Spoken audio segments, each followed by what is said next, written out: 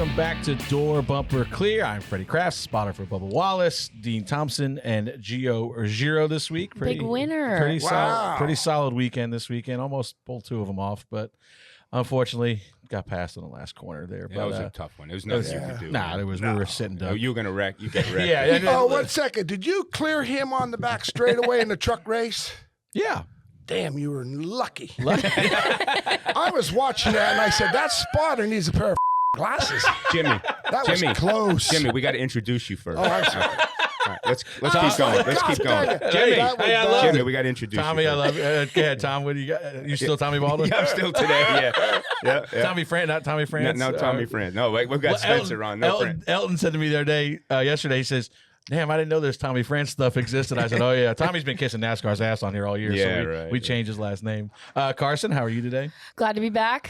Only missed you guys a little bit. Are you sure? Just a But little bit? I was doing important things. Wait, what? I was in Austin at Flow making sure that we could keep our Flow Sports link on the show. What is it? So it's flowsports.link/doorbumperclear. And if you couldn't tell already, our special guest this week, Mr. Excitement himself, Jimmy Spencer. Jimmy, welcome to Door Bumper Clear, buddy. How are you, sir? I'm doing good. Speaking of Flow, is that Flow TV? Yep. Yeah.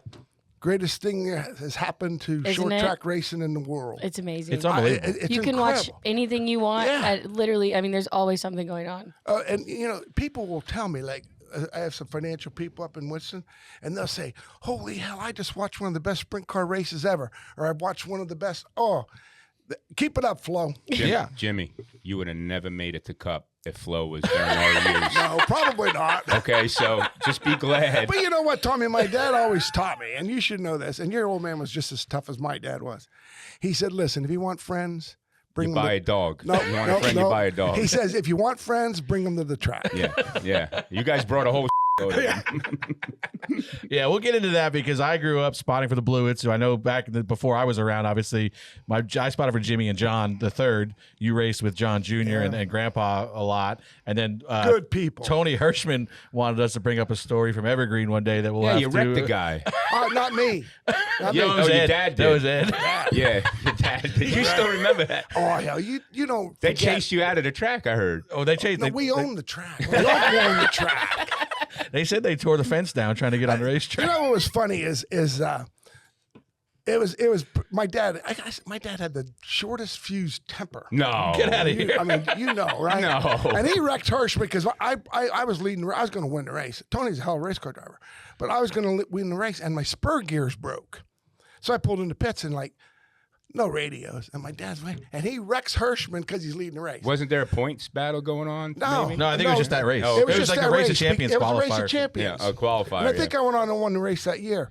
But anyway, and my this guy comes over and he starts running his mouth to my brother, and he goes, "I wish your old man was dead." Oh Jesus, he should. Boy. Oh Jesus Christ! They put him in the ambulance.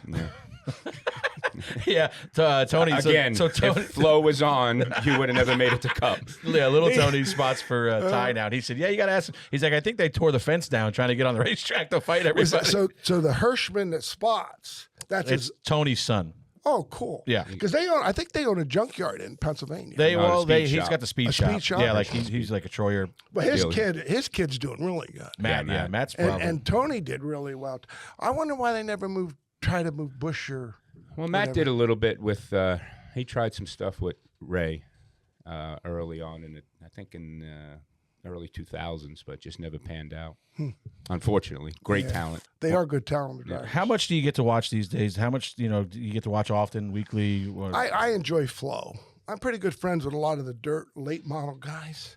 Man, they put on some shows. That damn Pierce kid is incredible. Yeah, he's pretty special. And that's where I started racing, Freddie. I started racing in dirt. And my girlfriend, which was my wife of I don't know how many years. One of my favorite people of all time. Just a saint, you think? Oh yeah, hanging out with him. My dad was I love him. He was tough son. But anyway, so I'm following. So Jimmy Nave started on the pole. I started third in a 50-lap race at Port Royal, and I followed Jimmy forever, 49 laps. And there's a soupy hole in turn 4. And Jimmy keeps hitting it, and every time he moves up, I said, "Oh, if he hits it just right, I can beat him." So he hits it just right. I beat him to the start-finish line by 6 inches. The fans thought I wrecked it. The fans thought I hit him. And in the winner's circle, they threw stuff at us, and they hit my girlfriend, Pat, my wife, with a beer bottle. Busted her head. And I said, I never touched that, man. You sons of will never see me back at this track again. Jimmy Nave later got hurt later on in his career, but Jimmy Nave and his wife, we were good friends. So the following week, Jimmy gets up on the thing after the national anthem. And Jimmy said, let me tell you, fan, something. That young man followed me last week, never touched me one time. And he says, I moved up, I hit the bump and moved up, and he beat me. And for what you did to that young lady is awful. But I never came back. The promoter, Jerry Clark, wanted me to come back. There was about 6 races to go in the season or whatever, and I quit. Yeah. Because I said, there's something better to do. And what's funny, I'm Jack Johnson. I wanted to go dirt racing in the modifieds. So I went up into New York, and Lou Lazaro and all those guys. And Jack Johnson, he knew who I was. And I said, Jack, I think I'm going to buy a tour car. I think I'm going to go dirt racing. He looked at me. He says, damn, man, no way. There ain't no future in dirt racing. You need to go NASCAR. And that's what I went, NASCAR modified racing. Yeah. Interesting. I remember my dad. So, I will tell you, you were my dad's favorite modified driver for a long time. Favorite Cup driver, I should say, because you came from the modifieds. And he, like I said, he grew up racing Riverhead and Islip, so you get to watch you race all the time. So he was, and Tommy will tell you, for a modified guy, anytime a modified guy makes it, it's like we all rally around and cheer him on. So it's like you and Saxey were his 2 guys at the time. But talk about these days now, just the NASCAR side of it. What is, from the outside looking in again now, give me your state of the union for what you feel like in NASCAR. I'll relate it back to, it's been a long time ago. We were at Bristol doing TV, and love them both to death, Matt Kenseth and Tony Stewart. And they got in a little scrabble, and Tony got wrecked, and Tony stood at the end of pit road with his helmet, and he threw it at Matt. The fans went freaking crazy. They fined him like $50,000. I went in the trailer the following week, and I said, where in the hell are you guys going? I said, this is how the old man would have handled it, being Bill France. He'd have called Tony in the holler. He'd have said, Tony, how much was that helmet? $2,000. Here's the $2,000. Do that again next week. That's the difference between how the old man ran the sport and how politically correct they're trying to make the sport today. And to me, I think that they really did a lot to subdue the drivers. And in turn, I think that the last few years, I think the drivers have come so freaking boring. My buddy Kenny Wallace used to say it best. We are not the water cooler talk anymore. Monday morning, we're not the water cooler talk. And I think that the drivers need to learn a lot. Yeah. As far as trying to get the fans involved, trying to get the diehard fans to say,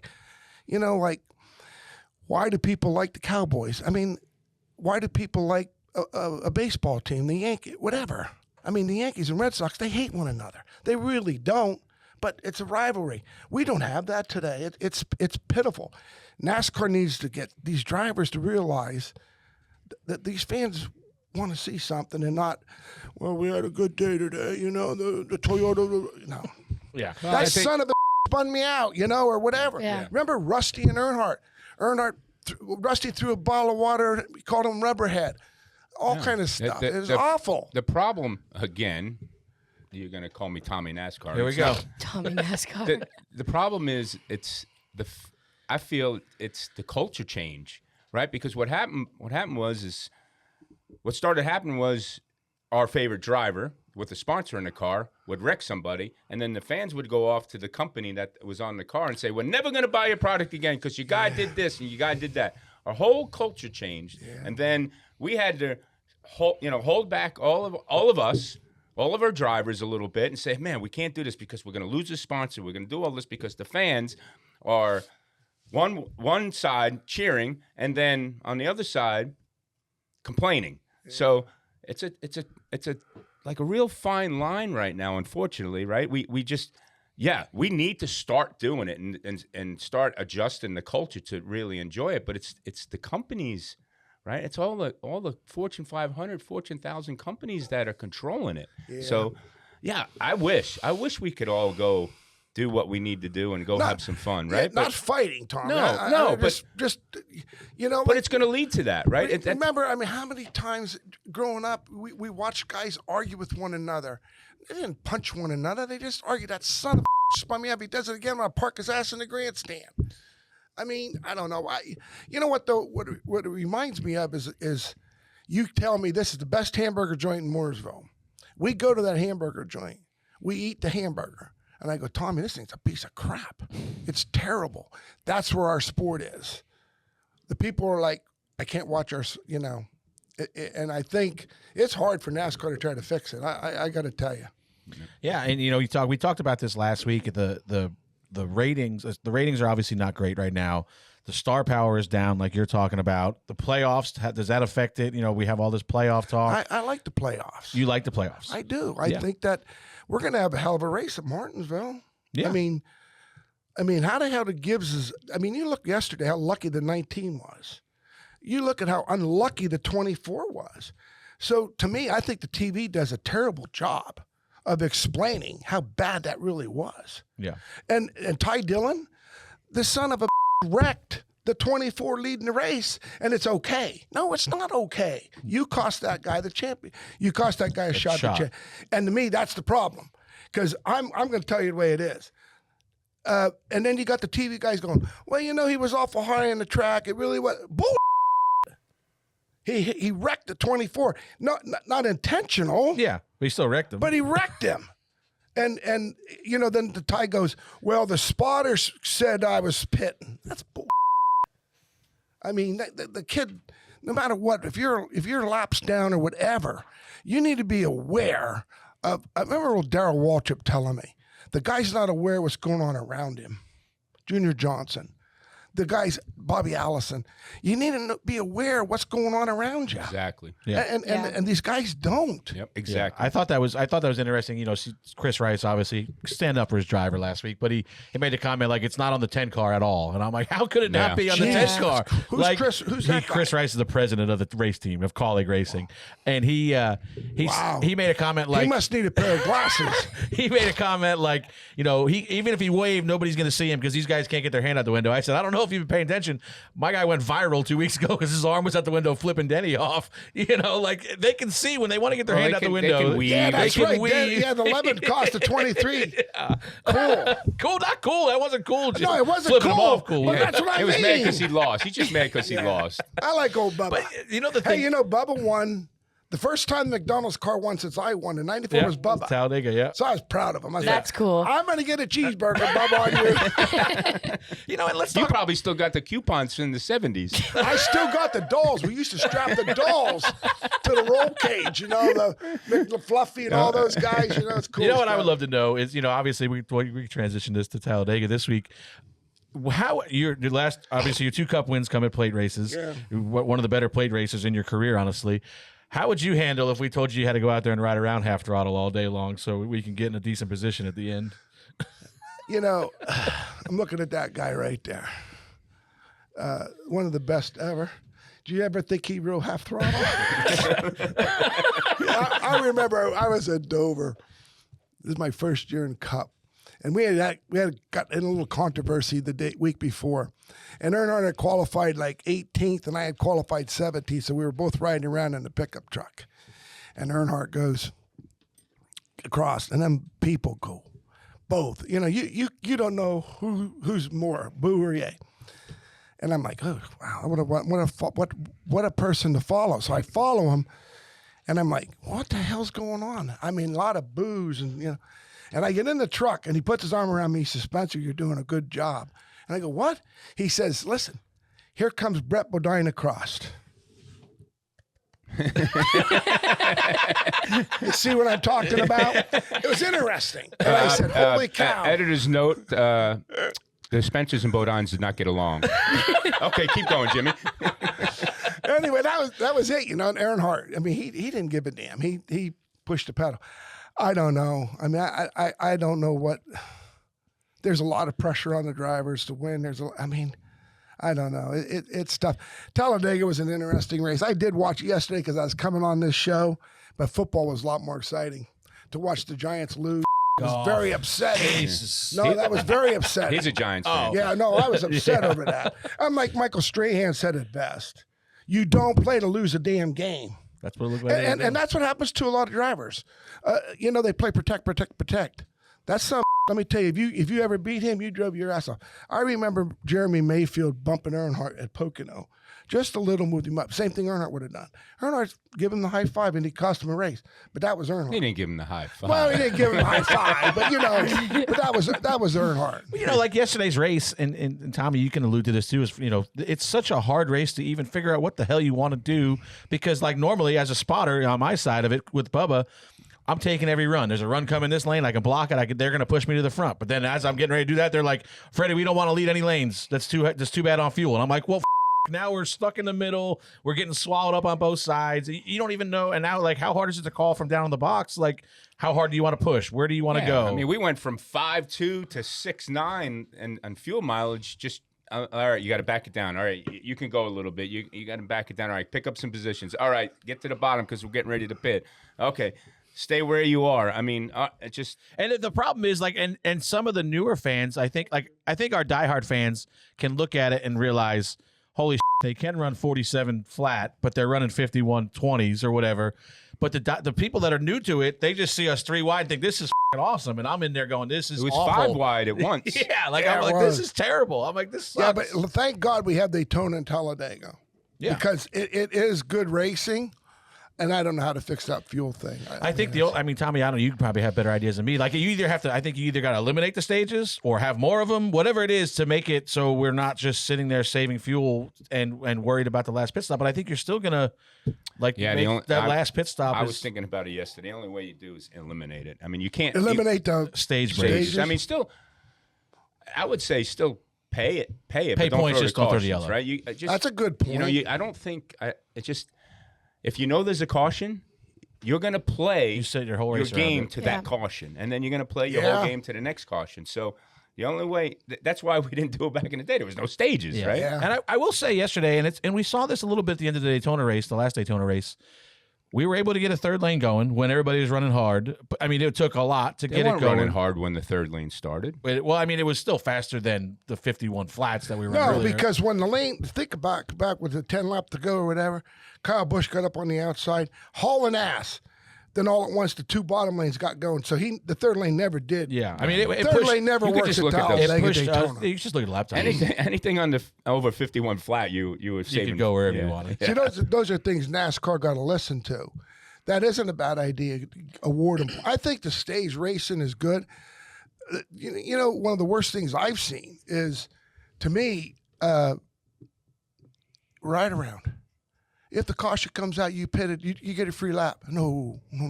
I made 3 laps at Myrtle Beach. I remember Earnhardt made laps. I remember Kyle Busch. To me, I think that it takes all the guesswork out of the crew chiefs. Well, if we pit, it doesn't matter. We just stay out and we get the drive around.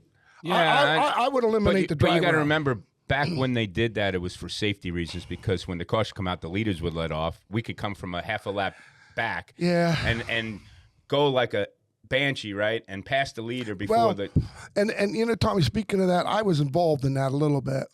We were at New Hampshire when that rule come out, because I remember Dale Jarrett. Something happened. He cut it, and he's sitting. The poor bugger is sitting in the middle of 4. Yeah. Yeah, right at the exit. And son of a, I was involved. There was like 4 of us had to get our lap back. Yeah. And man, Helton the following week, and would he got hurt? Who the hell knows? But boy, you could have hurt him. Yeah. So I think that was a good call on NASCAR's part to say we're not doing this no more. Right. So it's a double-edged sword. It sometimes. is. That was more for safety. I don't have any problems with that. But I still don't think they should get to drive around. I really don't. And then maybe 1, but not 15 cars. Yeah, like if they all. One time it's like, it's like a big thing for NASCAR to say, Well, we only got 13 cars on the lead lap, and then all at once we have 26. You know, so that don't mean nothing to the fan. Yeah. The fan doesn't give a damn who got their lap back or not, but the fan cares about is the action in the front. Yeah, maybe if they don't pit, they still restart in the front. The leaders are in behind and causes more of a... Something like half a lap that. down. Yeah, of course, it comes out, then they get the lap There's back, a lot right? of things, yeah. And the drivers will tell us we're but we don't know what we're talking about. But I can remember sitting many a times in the hauler with Bill France and mainly Rusty, me, Mark Martin, those guys, and the old man would look at us and go, and that meant the fans. Yeah. So guys, remember, and you know, and I think that speaking of the fans, I think they need to do stuff like this. That's a hell of an idea. A couple of ideas that NASCAR really needs to look at. Not include the drivers. That's why they call me Tommy NASCAR, Jimmy. Bill France, I remember Bill France would call you in. I remember the one time Ford was won, like 8 or 9, 10 races with the Taurus.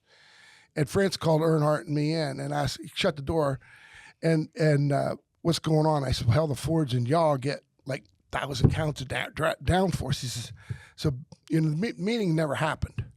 But the following week, he gave the Luminous help. The one thing the old man knew was how to balance the competition. Now, I guess it's a little more corporate today, but you could go into the trailer, close the door, the old man chew your ass out or not. I don't know. Just it's a lot different. The only thing that's changed. Is unbalanced in the competition now is money. Yeah. That's true. Tommy, the craziest thing I think at the end of that race yesterday, and I think we saw a little bit in Daytona, I feel like these guys are even short filling on the last pit stop now. You don't have a choice. You know, like to keep your track position right. Out of gas. They're either just putting in enough or they're actually putting in not enough, banking on being able to save in the final stage. I mean, final stage, it was like what, 18 to go when we went back green with that last run, and people were still trying to save fuel because they didn't take enough to make it to the end coming off pit road. Like where are we at? Like how the have we gotten here? You just at that point, that's the point you get to get the track position, because then it's time to race, right? You can go from last to 10th in 2 laps the whole race. The whole race. Just go to the bottom, suck up, hang out, but then all of a sudden you lost 2 laps of fuel. Yeah. So it's like, all right, now's your time. All right, well, what are we going to do? Well, unfortunately, a car should come out, right? Yeah. So now everybody's in the same boat, right? Because you all got to pit, and now you got to take fuel. Well, the only way I'm going to go from, the guys are like from 15th on back, we're saving. Well, the caution comes out, now they're screwed. They can Well, because you're screwed. Yeah, you're not going to be able to jump everybody. You can't jump everybody. The only way you can jump them is short pit, right? Take a half Short a fill, second, short fill, and try to jump the field on pit road, because now everybody's racing. You're not passing anybody anymore. Yeah. HMS as a whole honestly had a rough go at it yesterday. No, yeah. Chase got caught up. Yeah, Chase got caught up early. Nothing he could do. I think he just got caught in a big one in 3 when I think it was EJ got a little push to Noah over that bump in 3 and just kind of turned him. Hard shot for AJ Allmendinger. He took that was a big shot. Glad to see it. Kind of knocked the wind out of Leading the race. Like, yeah, and not even his own. None of his doing. It was the 43 hit the 4. The 4. Yeah, right here. That was a brilliant move. This is what I'm talking about. Yeah, look, I'm going to push you in the corner. Yeah. You dumb son of a what's wrong with you? And causes a big wreck. Yeah. And that to me is stupidity. Seriously. And what's interesting what is Darrell Waltrip always said, be aware of what's going on around you. Why did Denny Hamlin win so many plate races? Why did, they could be talking about, but they use common sense. That was a dumb move. Patience. And that was, and the thing that's interesting Oh, yeah, about that was the last lap, though, wasn't it? Well, That's no, what I was that wrong. was earlier. No, that was earlier. I know. I'm like, but like a couple years ago, we almost killed Eric with the same push. We were pushing him with John Hunter pushing us, and that same spot on the racetrack, that same bump over the tunnel, or that was a little later, but he probably. But you're just, I don't even know where you're going, because that was even in the beginning of a run. Yeah, well, when Bubba did that, you guys all just pitted as Toyotas. Yeah, we were trying to haul ass. You guys were trying to haul ass. Yeah, we were trying to There was push only hard. 7 of you in line there. Yeah. So. But still, that was. I think a lot of it got smoke. Yeah, there was AJ some electrical fire, something going on. There was black AJ pulled smoke my and- finger. I like old AJ. Pull my finger. How about, hell with Talladega. How about that road racer? SVG, he's pretty good, huh? No, he's the best there ever was. Never is, still. I mean, that son of a bee. Whoever thought? I remember watching Watkins Glen. I was back in the day, and I was watching Tony Stewart and Jeff Gordon, and they passed one another like by every corner, and they would go into the first turn and who wheel hopped the most. And I thought to myself, what a race. And I don't remember who won. I could care less, but I know the fans enjoyed it. And I'm like, well, if SVG was there, all he would have done was eased on the clutch. Yeah. I mean, think about that, right? I mean, it's amazing that how damn good. Ryan Priest was telling me. We were out at Vegas, and he said, Jimmy, you know from the modified, you got to save the tires. And when he does save the tires like no tomorrow, I was watching him, I think, at Mexico. The son of is running a second lap faster. I was like, whew. Explain to me your road course experience. I did good. I won. What? Oh, yeah, I did. I got third. Well, I'll tell you what, though. You know, I love Bill Mark Martin to death, and he apologized for it. But I was second, and Wally Dallenbach was third, and there was 3 or 4 laps to go. I was driving for Bobby Allison, and my car was faster than Mark's. And I was going to pass him at the top of the S's before the chicane. Jack Rush, love him to death, but evidently he told Mark to make sure that he held me up with Wally could get by. They finished 1-2. And I was going into the corner, and I said, I could take both these sons of out. And I didn't. You know, I ended up third. And I talked to Bobby about it, and Bobby says, and never second guess yourself.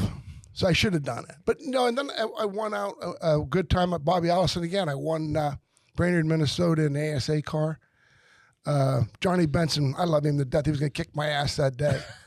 No, it wasn't going to happen. I had a hell of a car. That was for Gunnerman. I think you heard of Gunnerman. Yeah. That guy had cars. Kenny Schrader said, if you ever get to drive a Gunnerman car, drive it. And that guy was a hell of a crew chief. He died. Howie. Comstack? One of those guys up there at ASA, because I remember Mark Martin talked about him, everybody, how smart he was. He would never move south. I think he ended up moving south. No, Wasn't he never Musgrave's did. crew chief? No, he never did, Tommy. No, that you're thinking of. No, that ain't the same guy. Okay. This guy was. I don't remember. Anyway, that's off. I don't remember his name, but he was. And I would tell him how I was feeling, and every time he'd make the car faster and faster, I was like, "Holy cow!" You know. It's interesting. Priest said anything about saving tires since he's never done that in his entire life. Yeah. But Ryan. I saw your face when he said that. But you know the one thing about him, I was watching him. Jackie Root and I had to do TV for NASCAR modifieds. And we were out there at Riverhead, one slip. And the boy was leading the race. And I forget who he was driving for. But anyway, he was leading the race. And lap car spun him out. Man, he didn't lose his cool. Went to the rear, come back, got second. I said to Jackie, that boy there can drive a race car. And my point is that he could. There's a lot of guys out there like that, but today, in today's world, if you don't have a tremendous amount of money or a father that's got a tremendous amount of money or grandpap, you can't make it. Now, I'm helping a guy up in Indiana with his daughter. Hopefully we could get her. She looking good. But he called up Gibbs, $100,000 for a ARCA car. Yeah. Yeah. I said, 100. I said, all she needs is some track time. We'll work on it, you know. But and you're talking about money. That's it hurts. Oh, yeah. And I believe NASCAR, in all truthfulness, if I had to control a NASCAR, I like what they're doing with the Camaros, your kids racing and Harvick kids racing. Cars Tour stuff. Yeah, I watched that some on Flow. They had put a good race on at Wilkesboro the other day. Thank you. And I was watching. No, you didn't. Keelan and Luke did. Shut up. But to me, I think NASCAR needs to have a series, a division, with fiberglass bodies, about 35 grand. And if you come to the track, you have options, 3 shocks. Some shock company, you make a 2, 3, and a 4 shock. 8-inch tires, whatever. And you limit it to, now all at once we're seeing who the better driver is. Jimmy, they did. No, it was called the Truck Series. No. And then Tommy, what happened to it? They You're were missing running my short point. tracks. They were running short tracks. They had a cap on tires. You had brakes. The so old there was man no would pit stop. stand his ground. Yeah. They're weak. You got to stand your ground. I remember when the old man said, this is the way it's going to be, like it or not. Oh, yeah. And to me, that's what we need. We need to get the talent from the dirt cars, the flow racing. You know, I mean, the other thing that I believe in is that shows the talent. I mean, who's that Riley Herbst? That poor son can't drive nothing. Are you going to pick on every one of my teammates today? Well, no, he can't. I mean, well, we know he's not going to be in that car next year. He is going to be in it next year, I think. I hope. Hey, he said he likes Bubba. So No, he likes Bubba. You're doing good there. So who's going in now? I thought, what are they doing with the 11 driver? Heim? Yeah. I don't really know at this point. I think he's definitely got some part-time stuff, but I don't know if he's going to be full-time anything. Well, they're making a mistake. Evidently, that kid's bringing a sponsor. Makes a lot of sense because that damn Heim can drive a truck. That He boy can drive about anything, yeah. So I'm going. That's what I'm saying. Yeah, I know. That's all I'm saying. So if your daddy got a lot of money, somebody's got a fat pocketbook. I mean, it's awful. Now we got this kid 88, Zilich. Yeah. I never met him. You'd like him. Yeah. Oh, it doesn't matter. I like him. I like him because it pushes the pedal. Oh my God, is he awesome! I'm looking forward to him, and I love Watermelon Man. Oh, I remember Watermelon Man out at Phoenix 2 years ago, whatever, and the TV people are saying, "Man, you know these guys are racing for a championship." I'm like, "Shut the hell up!" It was Burton. I said, "Shut the hell up! The guy's racing to win the race." Yeah. And he wants them to slow down and let you know. I forget who won the championship at the time. I'm like, who? Blaney. I'm like, and I called up Watermelon Man. I called up Ross, and I said, Ross, listen to me. Don't listen to those sons of because if we lose the desire that you have to win and move over, then we lost everything. It's awful. Sure. Are we going to start the show? Oh, you want to start soon? Yeah. What's the show about?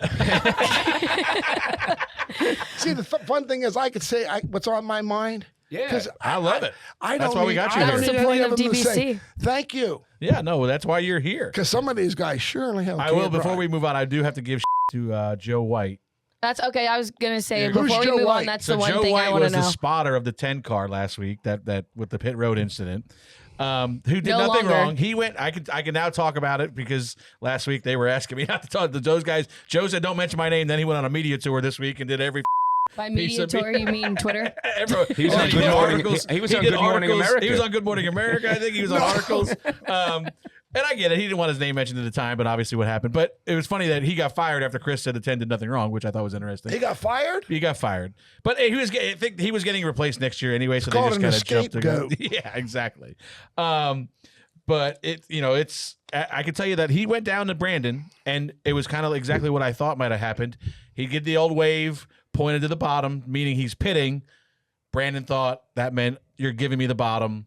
And just that's the miscommunication up there. Why William never knew that he was pitting, because they thought they were just getting the bottom lane and not coming to pit road.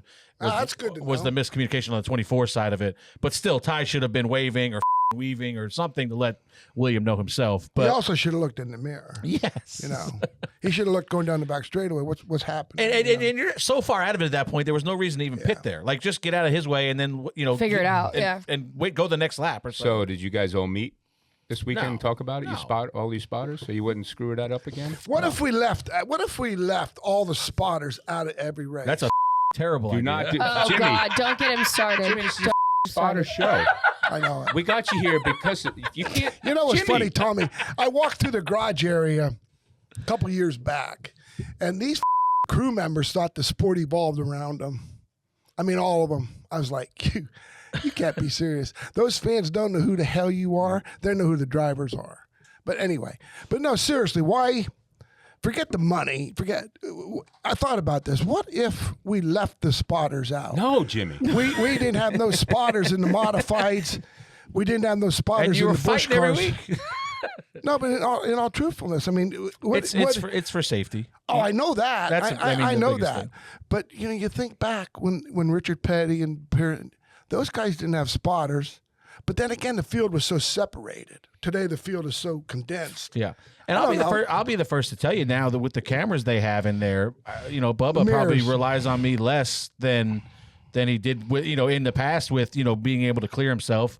but it's still, like we talked about it at Wilkesboro when we couldn't see from the, we were talking about it, and I think Briscoe was the one that said, like, the camera's so good, I don't need my guy really back there. And I go, you do when you come around the corner and there's a car sitting there and you T-bone him because you didn't know he was there. Like, listen to this. I'm driving for Dick Moroso. So I think Mike Wallace, they let Mike Wallace go, and I'm going to drive for Moroso. This is, I think, after the Molly Black Gold deal, after Charlotte. So we're in Orange County. And Mark Greeno, I love him to death. One of the best crew chiefs I ever had. So we're working on the car, and it is freaking fast. It was a speedway car, and Mark didn't know what to do. The last time I was in Orange County, I lapped the field because I loved Orange County. It reminded me of Holland and stuff. Driver relates to tracks. Mm-hmm. And I mean, we're gone. Robert Presley's second, and I've got a straightaway lead on him, and Dick Moroso's spotting. And I loved him to death too, but the guy that he owned a junkyard in South Carolina. Billy, anyway, Billy Stanrich. And good guy. 47 car? Yeah, and Billy's running around there, and he blows up going into the first turn. Well, I don't see it, I'm coming off of turn 4. And I heading down the straightaway, and I went, boom, wreck. So Mark Greeno comes on the radio. I says, in the wall, Mark goes, Dick, what the were you doing? He goes, well, he had such a lead on the second place car. I wanted to make sure that Presley wasn't catching us, and it cost me a race. So you need spotter. Yeah, well, that's what I guess I'm getting. No. That's what I'm getting. You're working your way back on our side. That's what's interesting. So there's always two sides. All right. Well, since we're back on the spot, okay, let's go. Let's continue, Freddie. I do have to give a shout out to Gio for winning the race on Friday. Yeah, he did a great job. Truck was super, super fast. Jeremy and them guys brought a really good truck. Gio did everything that I asked him to do and more. He was he was unbelievable in the race. I don't think he did anything wrong all day. Except cutting that guy off on the back straightaway. We clear, right? Wow, was that luck? Hey, that was lucky. I hear your family now. I did get the kiss on the both cheeks in victory lane from Dad. You got the Italian double kiss. It's over now. Yeah, it's over. I might be adopted. I think forever. I told Gio Forever. But no, he did a fantastic job, and that's his first win. Good for him. I was really surprised to see that was the first person to win at Tricon since other than Corey, since Tricon started. I know Priest won at DGR technically. All right, we'll roll into a little bit of spot on, spot off. Topic 1. So if you agree, it's spot on, and if you disagree, it's spot off. He might come around, so we're gonna work on the spotter stuff over here still. By the end of the show, I'm gonna have Jimmy getting me a raise. Yeah. Oh my god! Hey, you guys have matching glasses almost. He buys a 3-pack too. Every now and then you get the 3-pack blacks. These end up. Hey, we work for everything we got, buddy. They didn't have it given to us. Nope. Man. All right, Joe Gibbs. What a deal! Let's grab them, man. Oh yeah. Joe Gibbs Racing will win the championship after Denny Hamlin and Chase Briscoe have punched their tickets to Phoenix with wins in the round of 8. Bell is plus 38 above the cut line, also worth mentioning. Spot on, spot off. Tommy? Well, we got 75% chance, right? If they all get there. Well, it's only. I would be fine with those odds. One of them, Bell could still miss if you get a winner, and that's the problem. I think if all 3 make it, it's spot on. Yeah. But if for Bell to miss, that means somebody like Logano, Blaney, Byron, or Chase is going to win this race, and then Larson's going to beat him on points.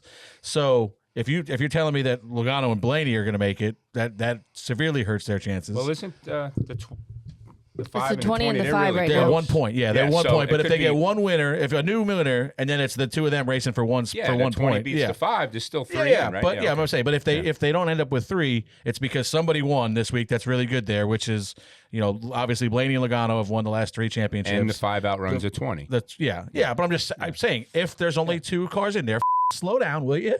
Oh my God. But then Byron's good there. Byron's been good there. He's been second or third the last couple of years. When Chase makes the Final Four, he's really good at Phoenix. So they have to get 3 for me to say spot on. But if there's 3 of them there, Jimmy, I don't know how you beat 3 out of 4. If the chances, it can happen. I mean, it can obviously happen. I wouldn't. I would never predict a winner. It's going to be exciting. I mean, I don't care If they had, the only way they could win it if they had all 4 of them. That's a lock. That's the only lock. Yeah. But I wouldn't underestimate the 12 car at Martinsville. I don't know what he's got, but he can keep them tires on that car. Yeah. He'll be tough. He's won the last 2 fall races there, and he's the one that I'd be circled that if he wins this one, that's the guy I don't want to race at Phoenix. But it's going to be tough. He had to beat Joey last year for the championship. The kid, I raced against his dad. I loved his dad to death. The fact that he might have been his crew chief. And my dad raced against his grandfather, Lou Blaney. And all Ryan had to do was bump the 5 car a little bit, say, come on, you're holding me up, but that's not in his DNA. And if Larson's does it need to be? Huh? Does it need to be? Yeah, it does. Yeah, it was based on earlier conversation. Yeah, it Hell does. yeah. And the reason why Logano would have bumped them, because I think that every driver understands what's going on. And I think Larson would have said, hey, man, but you're not going to do nothing. A quick story. Ray Hendrick, one of the best modified drivers ever. He's a lap down at Thompson. And I followed the son of for 30-some laps in the Armstrong 1. After the race was over, I ended up second. I finally got by him. I went over to him. I said, Ray, what the hell, man? He goes, what's that on the front of that car? All you had to do is tell me. I didn't know you were, I didn't know where you were. I was racing every car to beat him. That's the mentality of Ray Hendrick. So Ray needed a spotter. Yeah, exactly. Exactly. No, what my point is. No, I know. So the thing about the 12 car is if all he had to do was just Get rid of Larson faster. Just bump him. So, but anyway, it's going to be exciting because don't underestimate the 9 car. The 9 car. Remember, 2-3 years ago, he dominated that race. And I'm sure Denny's going to try to put a spoil into it too. Yeah, that's the biggest problem. Denny's. Yeah, it's the 11 and the 12 are right now. I would say are the 2 best there. Yeah. And at Martinsville. At Martinsville, and I think the 24 is pretty close behind them. It's going to be. I mean, again, it's the playoffs are creating some excitement, but I agree I think there's a good possibility that going into Phoenix, it's not going to be that exciting for team-wise because it could be 3. One team's going to have 3 of the 4 drivers, right? But that happened to JRM at Phoenix one year. We had 3 cars and then Ty Gibbs, and you lost. Lost, yeah. That's So great. Yeah, it can happen. Yeah. You might have all 3 again. Possibly. Yeah. But Well, hey, have 2, because right? of that year, I'm not going to get too excited because you never know. But the 1 car, The ones, the 88 and the 7 are in. The 88 and the 7 are in. And the 1 is still alive. The 1 and the 8 are Both. both still can in. swap. They can swap. Yeah. But the owner's points are screwing all that up too, right? Because you got. Speaking of the owner's points. What is it? Oh, Austin Hill. Yeah, he chose a unique celebration. He celebrated his Talladega Xfinity win by flipping off the fans after the race. We have a picture of it right there. Yeah. Jimmy, that looks like you. Never. I never done that in my life. That's a stupid son of a. So. Oh my God! The backstory that I got Jimmy's spot was off. there's been somebody that's been particularly like trolling him and trying to get under his skin, and I think he was flipping that person off. But he'll never make it. You just flip the crowd off. He'll never make it. I don't give a damn. I don't care. You just don't. You can't do that, right? You That can't happen. My God, I had people throw. Oh my God, you can't do that. The fan's always right. They should be fined for that. Yeah, and the problem is, like, I get it. If somebody's been under your skin. How did he know where he was sitting? Like, the guy was probably there heckling the out of him on the fence. Because I'm awesome. I think this is probably after he gets back in after celebrating at the start-finish line. So the guy's probably standing there heckling him. I think Denny does it the right way. You just kicked your driver's ass. Yeah, See, that was the biggest mistake I ever made. I won at Thompson Speedway, and they were booing me. And I said, you people are just mad because I kicked Bugsy Stevens' ass. Yeah. And I was like, man, I should not have said that. And from that day on, those people in Connecticut hated Mr. Excitement. Hated me. You shouldn't have done that. Yeah, and I think that he's obviously leaning into this villain role, kind of like Denny. The wrong way, man. But he's not doing it the right. There was, I think, because he's already unlikable to begin with. So I don't. That's a good point. Yeah, that's a good point. The thing I saw, I think it was the Loose is Fast podcast had a tweet out this morning that I thought that somebody sent me, and it was, he said, I get it, you want to be the villain or whatever, and you think, you said F you to the haters, but it's not like you're not like Kyle Busch and Denny Hamlin. They don't hate you because you win too much. They hate you because of some of the dumb shit you on the racetrack, and then some of the the way you react to it after it happens. Freddie, what he did at Indianapolis, that's just plain dirty. Yeah, and NASCAR done the right thing. You gotta say, ooh, that was bad. Yeah, that was bad. And listen, I've known this kid a long time. I like him a lot. I don't like it. This is not even like it's something that I hope he can get it back on the rails, because this is not going to fly in the Cup Series. Especially he's not going to be winning anywhere near this often in the Cup Series. I don't think. He's inevitably going to get in one of those RCR cars, I would assume. Yeah. But it's just like this you can't have happen, because I get it. You're pissed off at this one guy, but now you're driving by and there's 100% chance some little kid saw that and looked at his dad and goes, "Why is that guy giving us the middle finger?" That's the other thing I was going to say is there's it would really 100% probably kids right there. It'd be really sad if he got in the RCR Cup car. Yeah, I mean, it's just I feel like it's inevitable. No, I mean, not necessarily. No. All right, next. All right. You're done with that one? Yeah, I don't nothing. Nothing good to say. Nothing nice to say, Tommy. Tommy's going with the. If you don't have anything nice to say, don't say anything at all. All right, NHRA was the most viewed motorsports event last weekend, topping the Cup Series race at Las Vegas. NHRA had 1.8 million viewers, while NASCAR Cup had 1.7. So spot on, spot off. Freddie, what you think? I wanted to ask Jimmy about this, because obviously you spent a lot of years on the TV side of it. How much does it hurt us just not being on network television? You watch these races where it's USA, it's TNT, it's prime streaming.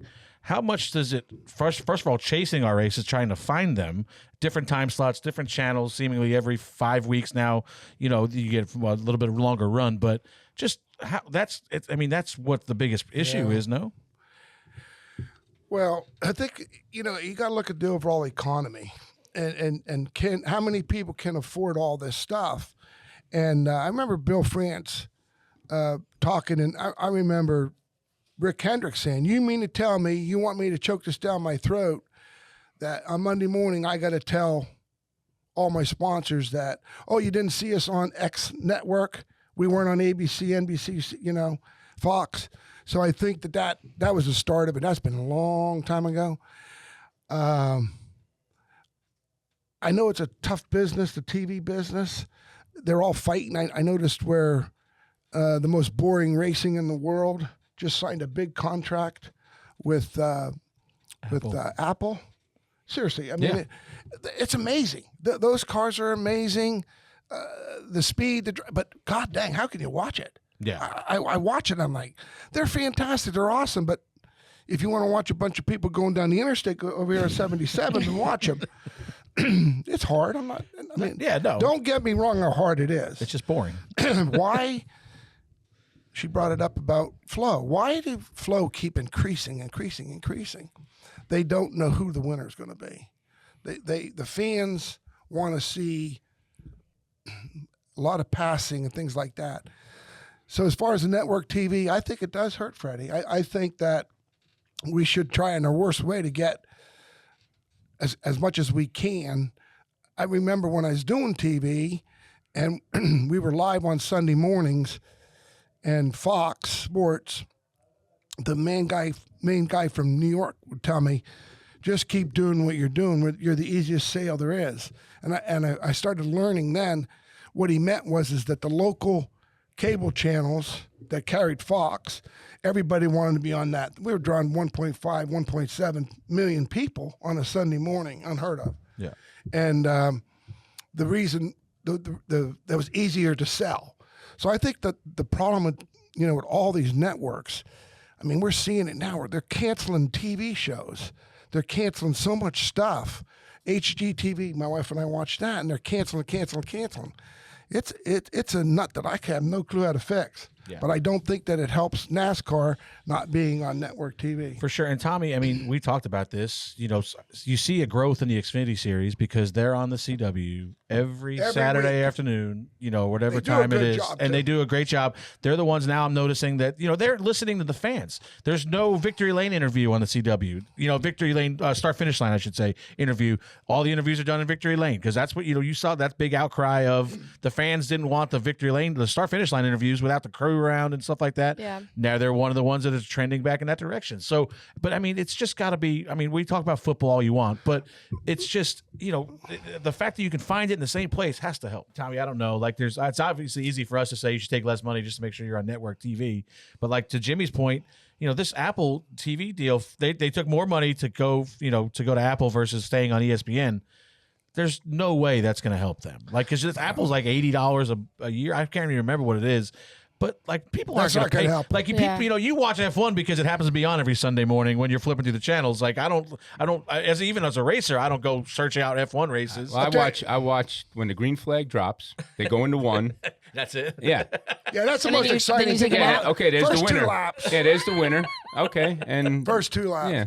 You know what's interesting though is what's happened, and I I watch a lot of I'm a big car nut, and Meekum left the network, and I haven't watched it since. I think that as a consumer, as a person, I don't think you bring a great point up about Apple, $80. I mean, these people aren't going to spend the money because there's better things to do. Yeah. You know, it's like when you first retire from racing and you say, holy hell, that's what they do on Sunday. Or, you know, I mean, when you have a week off. So to me, I think that once that bug bites, and once you lose them eyes, I remember Rick Miner saying, once you lose those eyes, you don't get them back. And I don't know that this is a fact, you know, but you look at the numbers. You know, the beginning of the year, it's 14 races on Fox, it's 5 on Prime, 5 on TNT, then 14 finished out on NBC. Fox, even FS1 was still doing about 2.5 million viewers. We went to streaming for 5 races, and then trended the wrong way. TNT was 2 million. Now we're probably under 2 million for this USA portion of it. 1.7, like I just said. Was it average is 1.7? Yeah. I'm sorry. You know, so No, this is from this pack from I'm just Vegas. saying Yeah. so you're average saying wise. the NHRA, where was the NHRA at? Ooh. I don't know, but they I were don't know. they were on network television. They were on but it Fox. wasn't, They were on they Fox. weren't live though. I don't know, but it's No, still they're not on live. They 'Cause weren't live, They so- can't do it live because I'm big into the drag race and I go to them races, but because the time limit. But they do a good job. Yeah. And the thing that the NHRA has over most every other major league sports, you buy a ticket, you go anywhere you want to go. Anywhere you want. And another thing, the damn drivers, you know what they'll do? They'll stand at the back. I watched Caps. I watched all of them, even Smoke. They'll stand at the back, give 10 or 15 minutes signing autographs. Damn it to hell, you have to recognize the fans. That's where the NHR is kicking everybody's ass. Yeah. I walked down the red carpet at Vegas. I don't recall any driver signing anybody's autograph. I remember Terry Labonte. I said, man, Terry, these crowds are crazy. He says, come with me. We go to the Unical building at Charlotte. Earnhardt's in there. He has this big, gigantic guy. He says, just follow Earnhardt. So we leave the Unical, and this guy's walking very slow. Excuse us, and Earnhardt, that son is signing autographs. Wait a minute. Did you hear what I said? Dale Earnhardt is signing autographs. Yeah. What's wrong with the rest? They don't want to sign autographs. That's why he was what he was. You know, and Terry, I said, Terry, what an idea. Richard Petty, same thing. Yeah, all you got to do is follow him. But, you know, he still signed. I mean, to me, that's some of the problem with NASCAR. So the Fox deal with the NHRA, that was after hours, right? Football was done. I don't know what time it was. Yeah. If I'm not mistaken, it was in the evening when the football was over with. I think it's would be kind of hard this time of year for Fox or NBC. Anybody to beat football. For anyone, to beat football. Plus NASCAR to be on those channels because football is, right? Yeah. So, Well, NBC, they don't have. It's a Sunday night game. right. That's it. But FS1. Hey, I don't think ABC has football, though, Tommy. No. Just Monday night. Monday night. But FS1 over the years now has developed into a good A channel. sports network. right? Yeah. It's taken this long for Yeah. For that. So now I think like TNT, like all those when they're into basketball and doing all that stuff, TBS, college and all that stuff, you navigate there first right now. And we were doing that back in the day when the Cup races were on TNT and on the TNN and all that stuff, because that's the only place you could get it. Then we signed the big old deal, and we're on, CBS was always a Daytona 500. But I wonder what the baseball game drew last night. I watched it on Fox Sports 1. 4 great baseball, 4 great analysts, as far as, what is it, Poppy and Rodriguez or whatever. Cheater. Those guys. Was it on FS1? Yeah, it was on FS1. Yeah. I watched it. Yeah, so, I mean, I think they're just trying to be patient and take time. I don't know if it's hurting what everybody's. I still like Freddie though, Tommy. I think we're so diluted on channels. My old buddy, 80-some years old, he says, what channel is it on this week? What time is it on this week? Very true. 1 o'clock, football's going to start. 4 o'clock, and I think NASCAR needs to look at that and say, listen, we're going to start these damn races at this time. Yeah. And I don't know how to pretty fix much that we're stuff. on at 3. Can I ask you guys something? What if the whole season was on streaming? Like, how would you feel about that? Say the whole season was on Prime, versus. I don't think people will watch it. Yeah. I think that's if. Prime, some of them are reasonable, and I know Prime gave away some time, like a month free when we did the month-long races there. So they worked with everybody, and if it's all on Prime, if everything is all in the same place, but it were streaming, it would probably be better than bouncing from 4 different networks or 4 different platforms. It's hard to get people. Like my dad passed away a couple years ago, but if I had to tell him after those Fox races, you got to watch these next 5 on Prime, he'd look at me like I had 10 heads. Now one of my sisters would probably have to go over there and help him do it every week, and he would still watch.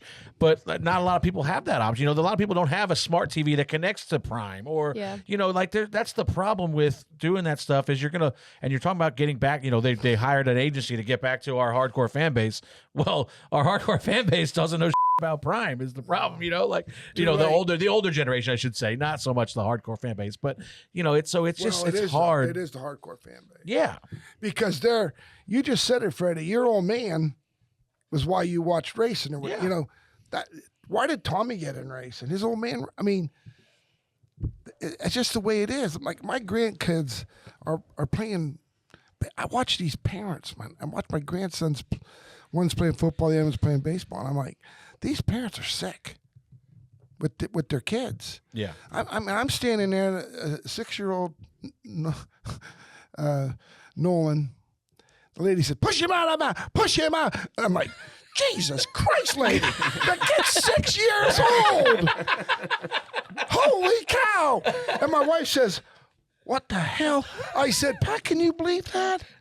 And there she's telling her 6-year-old kid to push him out. I'm like, oh my God. And then what's funny about when kids fight, the parents fight, but the kids are like, hey, we got the parents are like, you son of a right? It's interesting as hell. I mean, just like. Yeah, the kids are over it in 5 minutes. The parents are never going to get over it. Yeah. All right. Oh my God.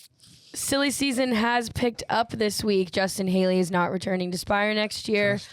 Butterbean was announced as a Ram Kaulig truck driver, and the Kaulig RCR Alliance is finished in 2026. Tommy, are you making this change? Haley's out, Suarez is in. And listen, is I that think what's happening? Suarez is? Yeah, I think Jordan alluded to it last night. Suarez is going in that car. Is that a change? I mean, you worked with Justin for a long time. I think Justin's a pretty good little race car driver. Do you think this is just money related, again, to Jimmy's point? 100%. Yeah. Again, just quiet Tommy over here. Come on, Tommy. What the hell? This is also audio, Tom. People can't just say. Sorry. Yeah. He's shaking. I'm not giving play-by-play. He's shaking his head. Yeah, I mean, it's all about dollars and cents. I mean, look, I said it weeks ago. The company that owns that team is on those cars a lot. Yeah.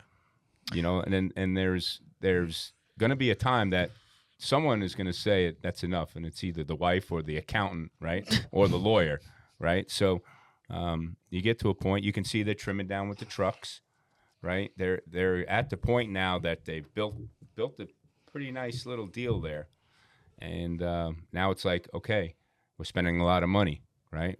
All right, we need money. right? Because there's somebody going, hello, I'm looking at these books.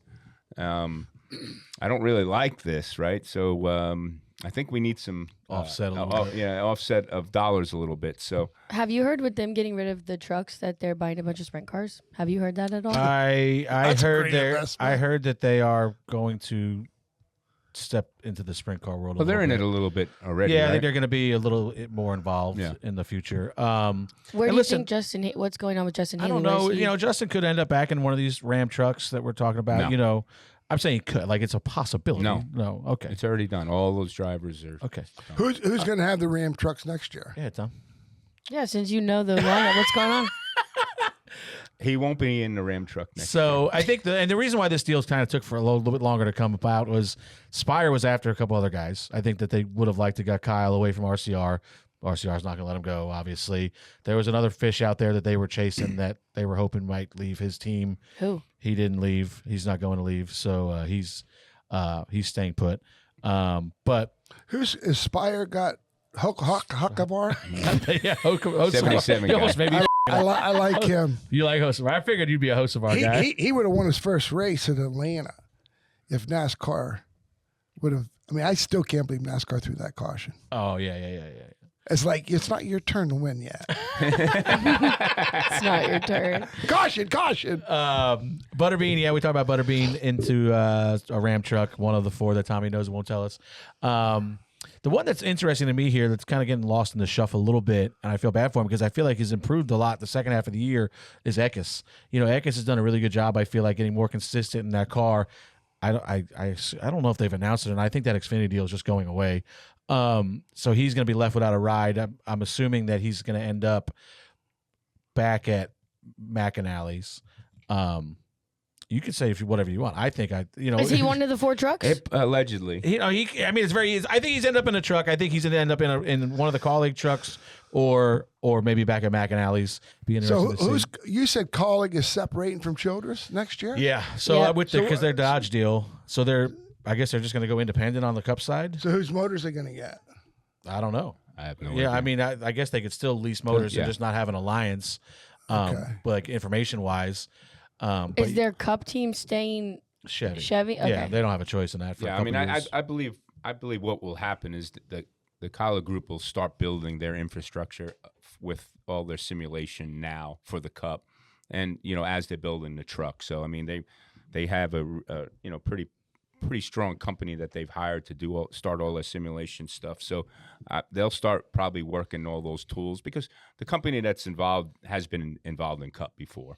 So they'll start working on all that infrastructure to be ready, probably be better prepared when Dodge goes into the Cup level. So they'll probably rely, which I feel it's the best thing to do, rely on their own tools instead of somebody else's, because when you're an alliance, I don't necessarily think you see all the tools, right? You see some of the tools, but you don't see all of them. So they might not run as well next year, but they're going to be building for the future. Jimmy, when you look at a guy like Justin Haley, we talked about good race car driver, Christian Yeah. Eckes, another good race car driver, looking like they're going to have to step back a series or step down the ladder a little bit. How hard is that to make that decision? Because we talked about it. It's about two things in our sport: money and winning. And if you don't have the money, you better be winning. So do you, like, instead of taking a mid-level ride at the same level, is it better to step back into something that's a good ride in Xfinity or a good ride in trucks where you can go compete for wins on a weekly basis? That's a tough decision, I mean, I remember when I was driving for Travis, and he was out of money, and I went back to drive in the Busch Series from Moroso, won a bunch of races, and getting a call that drove the last 4 races in '92 with Bobby Allison. So I never think it's bad to take a step back. It pays to keep driving, showing them how talented you are. Not like Don't do that. he's talented, but don't do that. So you got to tuck your tail sometimes and back up and go. Algar is a good example. Never made it in Cup, but had a hell of a career in Nationwide, or what do you call it, Xfinity Series. So to me, I remember Randy LaJoie winning championships and stuff. There's nothing wrong with that, okay? Because let me tell you something. In any one of them big 3 series, it's hard to win. End of story. And if anybody thinks it isn't, it's tough. Hey, it's Dale Jr., and for the latest DBC gear, we need you to go to shop.dirtymomedia.com. We've got plenty of options, and we're adding new stuff all the time. Shop.dirtymomedia.com. All right, it's time for Reaction Theater, where fans can call in and voice their opinions from this weekend's race. Did we get a good amount this week, Alex? We got some good ones this week. For Good sure. ones. Anybody call, leave a message for Jimmy?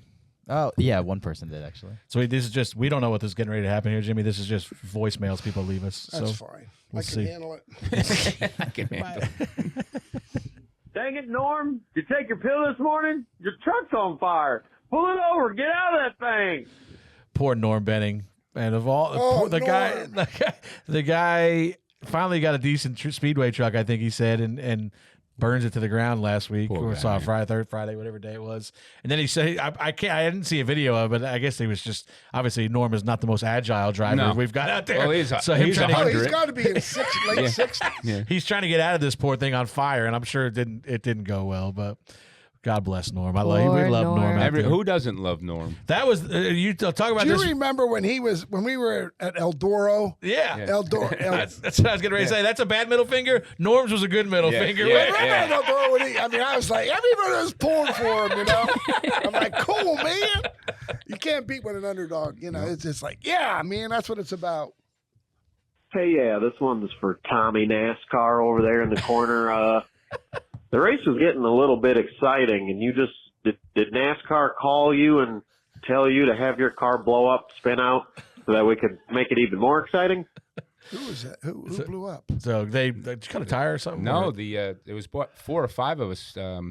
I'm not. did you think it's The air full? cleaner sucked in and all the dirt went in the engine and blew the engine Same up. thing happened to the 35. Yeah, 35. I think the 48. What, Yeah. The 22 was struggling with that too, I think, wasn't it? Yeah, I don't know. I know. There's a Yeah. bunch of people talking about Yeah. just a bunch of debris and up in their air cleaner, Yeah. basically. Yeah. Or the I think the weepers, the water was going in the duct and soaked the air cleaner and made the air cleaner heavy, and then it pushed it through, and then all the speedy dry, all the dirt went right into the intake and blew up. Yeah. and it looked to me like he got down in some water, like when Yeah, he spun. yeah, It looked yeah. like he wouldn't spin on purpose. I No. think he just got down there. There's weepers all through, Yeah. all through the apron and stuff like that he spun in. I just want to say to the Xfinity drivers, you can't short fight with each other to pass Austin Hill. You got to go nut to butt, and drive around the guy, not just short fight each other behind him for second. Remember next time, nut to butt. What the hell is he talking And about? Ew. Sometimes we don't really. And I think, well, to his point a little bit, let's kind of clean it up, clean it up a little bit. I think they were more aggressive towards Austin at Daytona, weren't they? Yeah. Right, to shuck him out of the way, right? Yeah. So I didn't. Obviously, we were a little busy Saturday, winning that was like championships. this. So, but, so what happened was we had the typical Saturday. We got the typical maybe 20, 30 to go. Single file to the top. Austin's leading. Well, then you can't. There was 2 guys, Eckes and the 48. Were just they kept going down there and they weren't making any progress. They'd pick up a row, go back a row, and get back in line. So you can't like gang up on the guy because nobody's wanting to make that move. Especially like in the top 5, there was cars like the 70 and other guys that aren't accustomed to being up there really. So they're not going to be super aggressive. They're like, I'm good right here till the last couple laps and we'll see what the happens. So nobody really pushed the issue. But then we had a yellow again. I think we had a green white checker. And Austin just does a really good job. And this is what Austin's like. Oh, these haters don't want to work with me. I'm like, no, they don't hate you. They don't want to work. Your car's too fast. They're trying to get rid of you because they don't want to. You're going to beat them if they race you heads up. It's interesting though, and I think I'll go back to the driver. Some of them I don't want to say stupid, but you said it. they are. I remember we were at Talladega, and there was no damn way I could ever win the race. 50, 60 laps in, I'm like, there's no way this car's fast enough to win the race. But boy, Bobby Labonte car, when I get behind him, we haul ass. So I says, Bobby, I'm going to stick with you. He's okay. And he stuck with me, and he had a couple chances to drop me. He never did. I said, you son of a I told the spotter, you drop me, I'll wreck his ass. But anyway, he didn't, and he went on to win the race, and I got second. Yeah. And, Travis did a great job because our car just wasn't good enough. But to me, I think that a lot of guys, the reason why the 21 is so good, he's not afraid. No. And I think a lot of guys, if they would say, you know what, I don't think if everything comes out right, I could win this race. But if you would stay and trust one another, you could beat these guys. I mean, that's there's two schools of thought with the 21, I think, and it's what you alluded to. There's fast guys that are trying to prevent him from getting the lead. You know, there's guys like the Gibbs cars, and there's guys like the 48 and whoever else. His teammate in the 2 sometimes is trying to prevent him, because if you let him get the lead, he's very hard to beat. He's very good at what he does. Yeah, he is. He can protect all the lanes. Him and Derek Nealon do a great job of that. But there's also guys like the 70, like whoever else that go, if I just follow this, I know he's going to get me to the front. Yeah. You know, so if it's a backmarker team that doesn't run really well all the time, they're going to use him to get his track position and then hope all hell breaks loose at the end. And on top of that, if the 70 drops down, nobody's going with him. That's Go what with I'm him. saying. So he's going to because go he to knows last. he's not fast enough. Right. Yeah. Right. So there's nothing wrong with that. No, it's just, but at the end, you know, and then same thing at the end. The 48 had a big run down the backstretch. Austin kind of moved up on him a little bit, got the 48 out of shape. But you know, Austin's that's how he's going to win the race. And he, like Jimmy said, he's not there. I promise you. Look at that guy right there. He is not there to make any friends. He does not give a what you think about him. Clearly, you know, he's going to do whatever it takes to win. And some people like it. Some You know, people there's nothing wrong with that, but that's what's wrong. that can't happen. You can't. And do that. it's in the I'm moment. not where taking he's- any. Just like Husqvarna. I love the guy. I'm I telling love you. it. That's his new name, Hocevar. We got, what do we got? Armadillo, Nunchuck. I love Husqvarna. I'm going to tell you what, he's exciting to watch. You know, he is. Now, he made a couple mistakes early on, but he's going to be a guy to reckon. Let me tell you, that's some going to be a guy to reckon with. Yeah. Because one thing about him, Darrell Waltrip always said, the guy knows what's going on around him, and he's learning. Yeah. And That's the catch. Well, hold on. I was going to Here say, we would go. Tommy So agree Tommy, that here he's we go. learning? Go ahead. Here we go. He doesn't know what's all going on, but he's learning because he's still running into at the wrong places. Is there a right when place to lately? When lately? Yesterday, he turned to 24 coming to the checker. Yeah, turned to That didn't help the 24. 24's playoff chances at all. Wrecked a bunch of in the Roval. Yeah. Did very well in between. Didn't he wreck Kyle Busch? Didn't Roval? Yep. Somebody First did. lap. Yeah. Yep. And we talked about this last week. Tommy's Well, very, he needs very to be, critical of him. Well, he needs to. I like him, and I think we don't dislike he him. needs to learn from it. That's all. He will. Ain't this his first year? Trying to get him in here before the end of the year. We'll see. Yeah, second year in Cup, I think, right? Yeah. Second year in Cup. We'll try to get him in here before the end of the year. See what happens. I mean, I feel like we have to hash it out at some point. We just got to all Hell yeah. kumbaya Bring it moment. on, man. I'm sick that day. All right, what else? Hey, I just want to say that Karsyn is a real babe. Now, if he just stopped smashing that 77 car into the back of everybody else, Who? it'd be really something. You know what I mean? I was like, That me? might be the best call we got. Me? Oh, yeah. Not me. Not me. Karsyn with a C. I was like, wow. Karsyn, sorry. She was like, oh, Carson's like, oh, nice. And then he stopped smashing that 77 car. That was perfect. That's maybe my new favorite call of the year. Craftsman Truck Series needs a commissioner.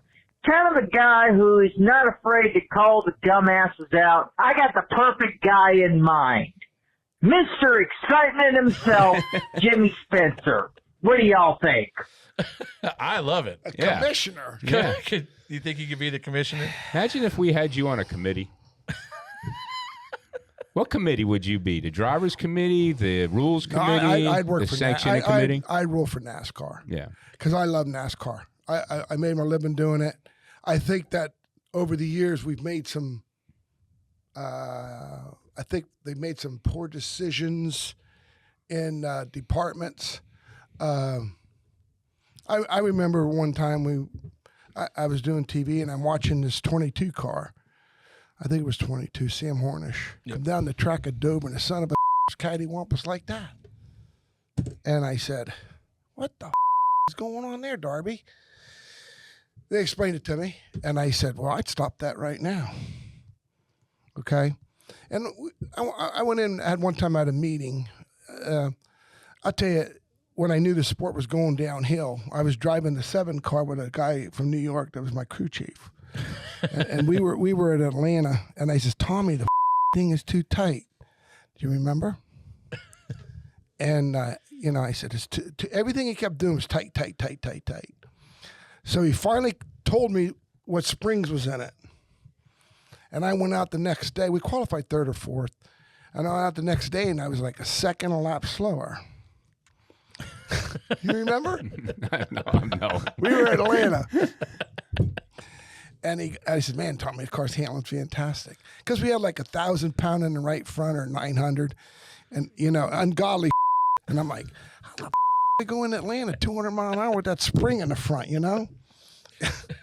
So to me, the drivers don't need to know. Yeah.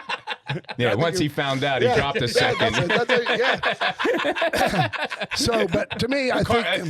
No, it was 3rd or 4th fastest the day before. Never touched it. Never touched it. Boy, Tommy, this car's handling fantastic.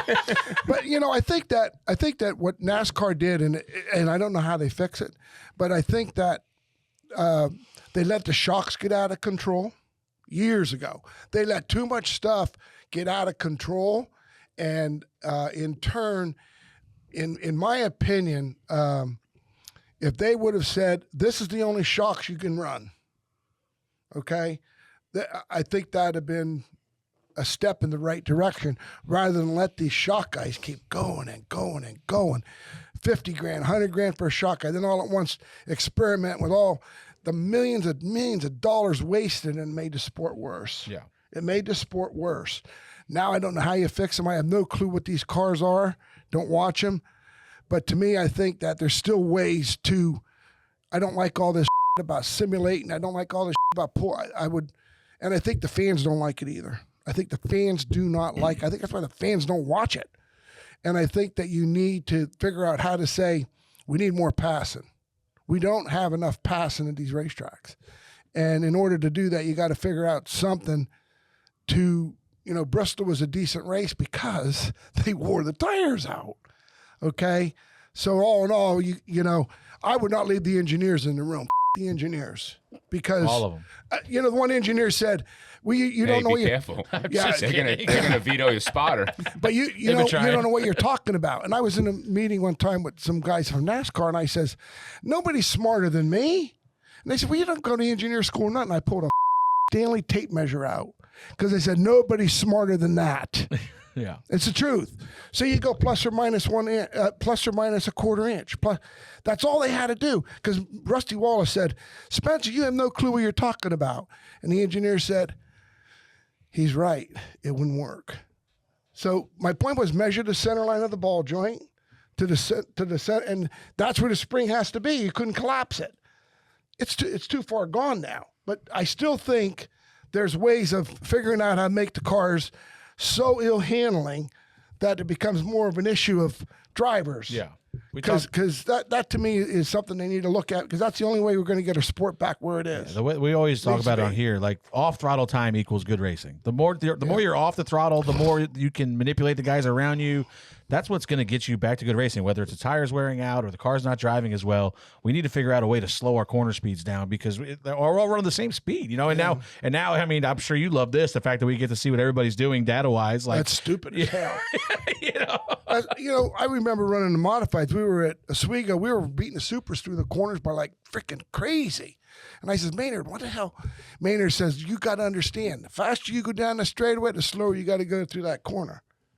Now that's he's dead and gone. But to me, I think we've over-engineered our sports so far that we've lost our fans. Tommy, can we unlearn the we've learned though? Like, absolutely not. It's too late. I don't think it's too late. We can only keep growing with our culture, right? It's unfortunately our culture is going. Computers, social media, it's just.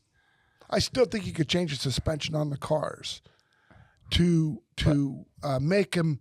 Tommy, you can't pass at one another. Yeah, I know, but it's not the suspension; it's the arrow. It's just, you got to do something. Make them dirty. You got to do something, because New Hampshire was a boring ass race. Yeah, they got. I mean, these races are.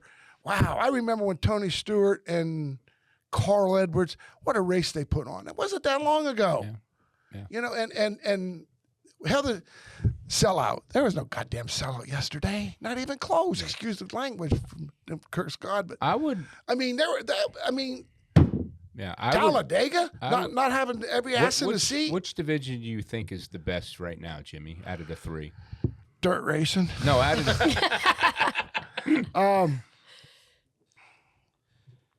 Man, I think the Nationwide Series is pretty good. I think that it's still.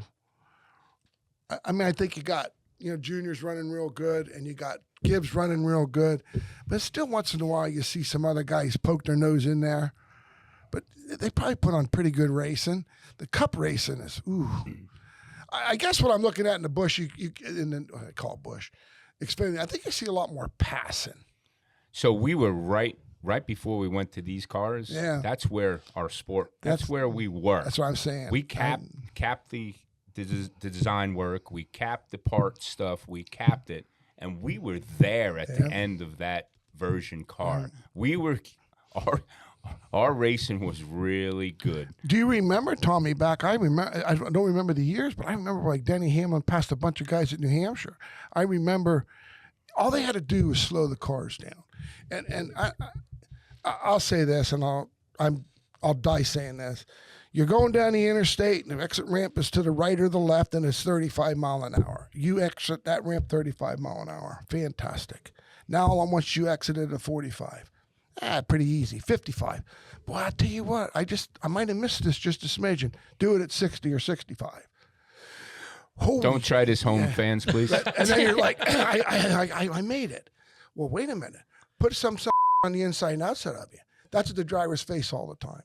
So when the drivers face that all the time. Please, kids, don't try this going to 3 wide into an exit, please. Then when you do that, all at once the drivers go, wait a minute. Nothing to be gained. Nothing to be gained. So to me, speed is what causes that. So if you slowed them down now, and that's all NASCAR had to do back 3-4 years ago before this car, 5 years, whatever it was. That's all they had to do was take that car and say, okay, we got it. And the thing is what pisses the fans off, every one of them cars look the same. That's what upsets the fans more than anything. And they are.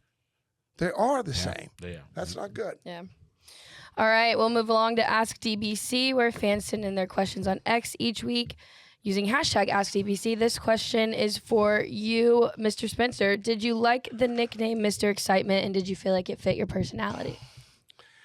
Well, I liked it at first, but I think when I moved south, Mike Joy gave it to me at Stafford Springs, Connecticut.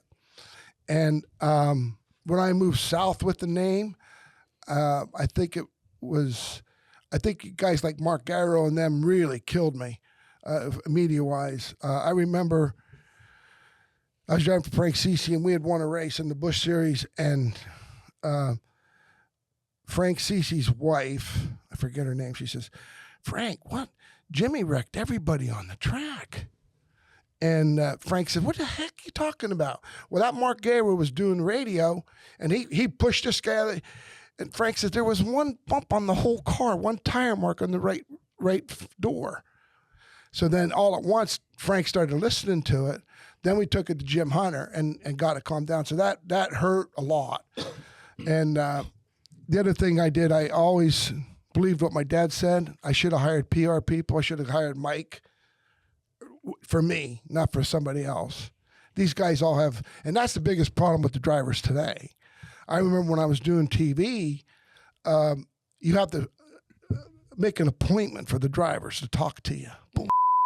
What the hell are you talking about? I remember I was doing the first year TV, and I'm walking down pit road, and Teddy says, you got anybody live? And I said, yeah. And I walked over to somebody, and the PR girl goes, you can't do this. We ain't got an appointment. I said, get the hell out of here. We're going live in 30 seconds. Yeah.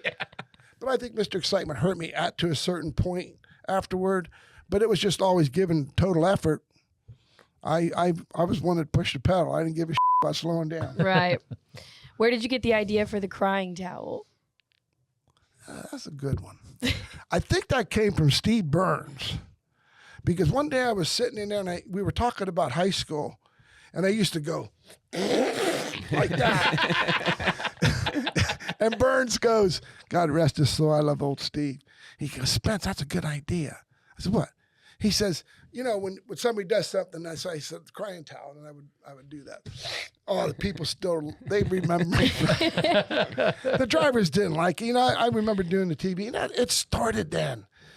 They said, well, we're not coming in to do the interview. Not, you know. Well, all you have to do is, if you're in TV, is say, well, Tommy Baldwin declined to come in and talk about that. That's all you have to do. Right. The sponsors are going to say, Earnhardt, or Kelly, what the hell's going on? Jason Leffler, Allgaier. Jason Allgaier said he's not going to do an interview. What the hell are you talking about? That stops it. That stops it in the track. Yeah, for sure. All right, what shows did you guys see this week? Shows of the week. So is there anything that we stood out for us? I'll tell you, Karsyn, you want to go first? Yeah, I have one. It was the almost 3-hour-long Smart Modified race, so I don't ever want to hear a word out of you again. Smart Modified, where's that? So the Wilkesboro this week, the one that Luke won. No disrespect to the Smart Tour in general. Love Chris Williams. Really, Love those first people. of all, has nothing to do with the Smart Tour. It's a issue that the modifieds are having at North Wilkesboro. We had the same show with the tour race in the beginning of the year. It's the engines. We run too many RPMs there for too long, and these engines can't take that, and they blow up going into one. It happens. It's about 9 engines this year at We had a Wilkesboro. full Aren't they track limited cleanup at motors? least 5 times. What's that? Aren't they limited motors? They're spec, but they That's can't. what I mean. They cannot They're run. not, they're not built for that. They're not built for running that. They blow up. And That's it's- fine. But regardless, I don't ever want to hear I another know, word out of look, you about I a got- Cars it Tour is a race show ending nominated. past midnight. None of that. But the dirt version of Wilkesboro. Yeah. Like there was speedy dry across every lane of this place. by Why the is end there of no bottom groove at Wilkesboro? It was a little bit. it. It's tough. Yeah. It's tough. It was covered Going in in one speedy and dry. two. Yeah. It's did they change the banking? Is it? No, it's just a new pavement. Yeah. They changed. No, it's just a new pavement. But yeah, that was That's one my of mine. nominee. This one here, I didn't. What the hell was going on here? Somebody, I know they were a tie about hitting that tire, but why is the tire just laying there? They're making an adjustment. I know, but like, Yeah. get the tire. out of the That wasn't Ty's fault. No, like get No. the tire out It's of his that way. guy's fault, whoever's holding that tire. Oh, that's the Wood Brothers, too. Yeah, that was his fault. Yeah, I needed to. See, that's one of them guys that walk around like this sport can't do nothing without me. It's the truth. I saw this. Did you not notice that when you walk through the I do it. garage I do area? it. I'm I mean, one of those they're guys. Yeah, They're great. Hello. They are awesome athletes and everything else, but hang on a second, boys. The sport does not evolve around you. You know? But I saw this. Somebody had talked about this.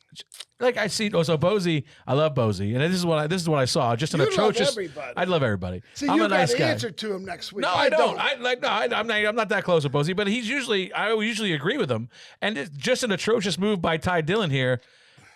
Like, what's he supposed to do? Back up because the guy left the tire lane in No, front of I him? mean- No, he was supposed to stop and say, "Hey, would you please move that tire?" The right thing would have done is the carrier should have put it in between the changer and the jackman. Yeah. Right. Yeah, the Should have got jack. it out Yeah. of the way. Yeah. I mean, it should have.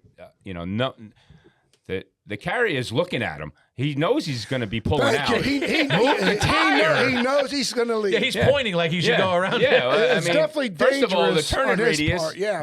With the gearing, especially at Talladega, you can't turn the car when you step on the gas. I'm glad because I love Ty Dillon. I didn't want to have to pick on the guy 2 weeks in a row. Hey, I'm glad. I don't have a cat in the fight. But my point is that if a guy does something wrong, he's wrong. If a guy does something right, he's right. Ty didn't do nothing wrong. there. That's the problem. You guys no. Ty Don't didn't beat do up. nothing Don't wrong. beat up Ty because of the week before. Yeah. It's like you want to pile on. Yeah. Ty, Yeah. Ty was 100% wrong in Vegas. There he was 100% right. Yeah. That's a good one, I guess. We can put that on there. Austin flipping off the crowd probably has to be on there. I'm sitting in the driver's meeting. I always used to sit by old man Earnhardt. We sit in the front row. And this is the first year for Kurt Busch. Oh, Another one of your buddies. And we're The Bodines and me and the. Earnhardt, me and Earnhardt are bull about a lot of stuff, you know. Like he got me one time with a bull. It was bull. How's Pop doing it? My dad. You remember my dad. Everybody loved my dad. And all at once, here comes Kurt pulling in, and he stops, and Earnhardt goes, Psst. He walked on. Oh. And I'm like, ooh, I wouldn't have done that. So, with Harry Gant or any one of those guys, Psst, you come over and you listen. Yeah. Anyway, Kurt goes back there, and Earnhardt turns around, and Jimmy Finning's standing there, and he goes, you get your ass up there. I'm like, whoa. So he's sitting there, and he goes, kneel down or whatever. So Kurt kneels down, And he goes, Kurt, I think you're a talented driver, but you got a lot to learn. And one thing for sure, you ever stick your middle finger up at me again, I'll break it off and stick it up your ass. Hell yeah. I was like, whoa. So we saw what happened there. Yeah, you took over. I think you took care of that. Yeah, you took over. He gave you 2 of them at Indy. Yeah, I gave him a little little budge. Gave him all the fingers. If I knew what it was going to cost me, think back. Yeah. Cost me the shot at the truck race, the Busch race, because earlier in the spring with your Busch car, we were going to win the race, and the damn tie rod fell off. Yep. Remember the tie rod broke? At Bristol, right? Bristol, and then Teddy Musgrave drove the Finished car. second the next one. Yeah. And Teddy's nowhere near as good as I was at Bristol. Hey, that's life. You make mistakes. Yep. So what do we got? We got Ty Dillon, modified race. Modifieds. What was the other one? Austin Hill. Austin Hill. Yeah. Yeah, pay attention whenever you want, Freddie. Much short track issues. No, except for you guys. No, wait a minute. I can't say what happened. You can say whatever you want. I went to the Apple Festival on Here Saturday. we go. Dalton, we got one more. At Lincoln, at Lincolnton. And I was very upset because they didn't. I took the grandsons, had a great time, but didn't have a lot of baked goods. That's a No apple pie at the Apple they Festival. one or two apple pies, but I would have thought, I seen a lot more. Yeah. So Not enough baked goods at the Apple Festival. I'll tell you what. That's a tragedy. It really is. So Saturday night, I went back to the hotel after the Xfinity race, and I'm like, I'm just going to watch the Notre Dame game, order a pizza. Oh, they're tough. So I ordered this damn buffalo chicken pizza from Mellow Mushroom or whatever is across the street. Oh, yum. Yeah. So it's like, do you want a blue cheese or a ranch swirl on it? And I've had this pizza 1,000 times. It's just a little bit. Let me tell you something. Look at this pizza that they gave me. Hang on. You can't get pizza to go. Oh, Did boy. you think they put any blue cheese on there? Oh, my It looked to me God. like the cat fell off the bottle. When they just, I'm like, okay, I'm not eating this. That's like great. That's a little much. So yeah, my pizza was a show this week. Well, I could send you the picture, though. I like the baked goods better than the pizza, personally. The old man, Jimmy, Tom- we gotta go with Jimmy's. Yeah, Tommy's old man. We were going, and he goes, make sure you beat the bridge by this such and such a time, and the George Oh, yeah, Washington. GW, yeah. So we stop at the shop, and you hungry? Well, hell yeah. He takes me to this, and I says, hoagie'd be good. He says, hoagie, it's called a grinder. Hero. Yeah. He took us to this place, and you know his dad? Oh, yeah. His old man was awesome. I love Tommy. I do. I loved your He old was man. the mayor of that town too, It so he doesn't could go wherever he matter. wanted. We'd go in there, and he said, "My boys need, and I had an Italian, and son of a was to die for the hard road. Oh man, Tommy. It's like Still thinking about it. Oh yeah. All right. Well, you always, you'll always remember certain things in life. I have a plaque that says you don't remember the time or the place, but you have the memory of it. Boy, it's so true. Yeah. So true. well, you can please don't forget, go vote on our show Hall of Fame Twitter poll is on the Dirty Mo Media accounts. Everybody always says they can't find it, but I don't know. that's It's where not you that can hard. find it. We tweet it every week, so it's just I have to scroll past a couple clips of Dale and Denny, but you'll get there. All right, DBC picks. I won last week. Thanks, tied up. Stephanie. Stephanie picked Brad K for me. We finished 10th. So She to Stephanie's credit, I told you earlier, she wanted to pick Briscoe. She said, I'm going to pick Briscoe this week when we realized you had already picked him somewhere. So she was going to pick the winner. And maybe there's something to this fortune teller. fantastic. If I do remember correctly, when I picked Briscoe earlier in the playoffs, I did win that round as well. That's good. Briscoe's Just a good pick overall. Just a good pick. All right, what's happening, Martinsville? So Jimmy goes first. Jimmy, you got to pick who you think is going to win this week. See what a guess. Yeah. The ones that are great, this is your list over here. And the ones This that are- one? The ones that are grayed out, you can't pick. But you can pick anybody else. I think I'm going to take the car that crosses the checkered flag first. Yeah, Good pick. That's a great pick. good pick. You know what? The 12 car has to get in. I think I'll take the 12. That's a great pick. You know who I'm picking. I told you last week. Logano. No, he's picking his boy. Bubba Wallace. At Martinsville, what are you, sick? No, I said the same thing last week, and he gave me his stats. I'm like, okay. Yeah, we got a couple truck he wins. runs We've good been there. top. Trucks ain't cup, man. Yeah, we finished third in the spring. Did you really? Finished fifth in our I don't know. Yeah, Wait, I who didn't did you remember what pick? happened last year's race this Bubba. time with Bubba? He didn't do so good. That's what I Freddie would got think. thrown flat. out. We had a I would flat. think End of the so. race. Freddie got thrown out. Phoenix. All right, Tommy, go. I am gonna go with 9 car. Chase Elliott. Yeah, it'll be tough. I'm going to go with Willie B. Willie B's another great got it. guy. Byron. This is going to be a tough one. We're going to be heading into Phoenix. Dude, yeah, we're all 3 tied. So, yeah. Really? Yeah, though the guest has The been guest the is- guests have been dominating. The guests have locked it up now. We can't beat them. Yeah. They locked it up. So the guests win. Interesting. So now, but whoever finishes last has to buy dinner I'm for everybody else. protesting. So I think one of the guests should have to come back and buy dinner. why they won? They know they won. did. They don't have to buy- If you need me to, I can. No, you're What I do need from you We'll though, go to the Apple Festival. before we leave, One with more baked goods, though. before we get off there, Jimmy, and I can't let you go. Our boss, Mike Davis, upstairs is obviously a small that's part of a- your career. Like I need Wait a you to, minute. I need some good Mike Davis dirt before you get You out of here. serious about Cole? He's your boss? He's our boss on this side of things. Yeah, Dirty How Mo much did Media. he pay you to say that? Not enough. Oh, Mike is awesome. So we had a real fast car, yellow freight. We were starting like 20th at Talladega. The thing didn't qualify worth a So I said to Reno, this is the dumbest thing we can do is start 20th. We need to just wait till they break up. He says, so how you going to do it? I said, we can't miss the driver's meeting. Because I says, that's done. I'll just be late for the driver intro. so I'm sitting in the bus. Mike's, holy man, we're late. I mean, calm down. We're going to miss driver intro. I says, plenty of time. So, oh, God. And Pat said to Mike, calm down. And he never forgot it. And I loved him to death. Because you didn't tell him Yeah. why. He says, what the hell? Why didn't you tell me? You remember that But time Mike we Davis had was him cool. spot for us in practice, and he Tell him. Didn't go good. we were like, Mike, he's the spotter's not here. You got to go up this way. You know, Mike. He's like, Oh, my God. It was I got to do what? I'm like, you got to go up there and spot. Oh, I think it was Vegas. And he was nervous. Yeah. I said, you got to go up. You okay? You got to go up and spot. He's like, well, what do I do? What do you want me to do? Oh, he was, Oh, my God. Man, we love Mike. we were driving. He was working for he was working for Smith, and he says if that car qualifies in the top 10 or whatever, because he struggled the year before. I think it was Atlanta. We qualified, or Charlotte, wherever it was. And Smith said, you got a $10,000 raise. And Mike went off. He's like, holy shit. I remember it was Vicky or whatever her name was. She says, yeah, Jimmy, that's Jim Hill. That's what he's going to do. Mike couldn't believe it. But I flew into Mike's wedding down in, he couldn't believe I flew down. My wife and I flew down to his wedding. I like Mike Davis. He's a good I do guy. too. We He's all nice. do too. He pays us, so that's why we like him. But Well, he don't pay me. The should, but he don't.